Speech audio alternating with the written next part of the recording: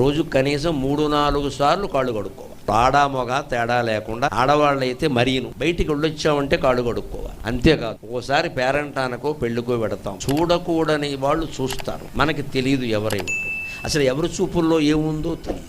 ఆ దిష్టి పోవాలంటే ఇంటికి వచ్చి కాళ్ళు కడుక్కోవాలి. ఇది గుడ్డి నమ్మకం కాదు, శాస్త్రీయం, పక్కా నిజం, ఇది అనుమానం వెళ్ళా. వాళ్ళ చూపులు పడితే కొన్ని ఇబ్బందులు వస్తాయి. పసిపిల్లలకైతే స్నానమే చేయించాలి, సాంబ్రాణ పొగేసేయాలి, లేదా మన్నాడు ఏదో వచ్చేస్తుంది. ఎందుకంటే చూపుల్లోంచే మనోభావాలు ప్రసరిస్తే అనేక రకాల అసూయలు, ద్వేషాలు ఆ చూపుల్లోంచి వచ్చి మన మీద పడతాయి. అవి ముందు శరీరంలో చేరిన తర్వాత కిందికి వస్తాయి, ఎక్కడికి పోవండి. మనం జపం చేస్తున్నాం కదా, అందుకని కిందికి వస్తాయి. కిందికి వచ్చినవి కూడా మనలో ఉండకుండా ఉండాలంటే కాళ్ళు కడిగేసుకుంటే బాత్రూంలోకి పోతాయి, గొడవలేదు. అందుకని కాళ్ళు ఖచ్చితంగా కడుక్కోవాలి. వాళ్ళ అపార్ట్మెంట్లు కదా, బిల్డింగులు కదా అన్నట్టు కాళ్ళు కడుక్కోవాల్సిందే. మట్టికి దానికి సంబంధం లేదు. ఆ మాత్రం కనీసపాచారం కూడా పాటించకపోతే ఇంకా లక్ష్మీ సరస్వతులు మన ఇంట్లో ఎందుకుంటారని శనిదేవత ఉంటుంది వచ్చి ఇక్కడ.